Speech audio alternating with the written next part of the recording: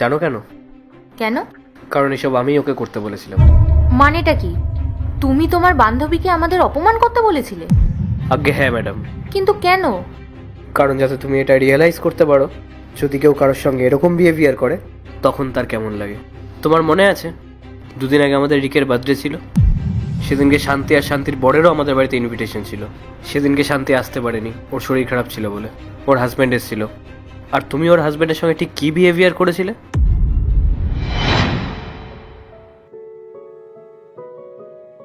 দিদি,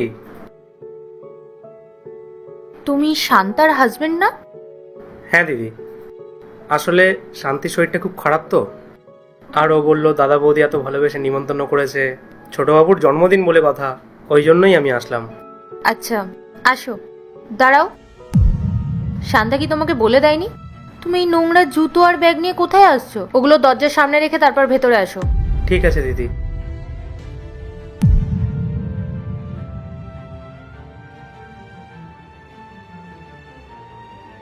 দিদি, এতে ছোটবাবুর জন্য একটা জামা আছে।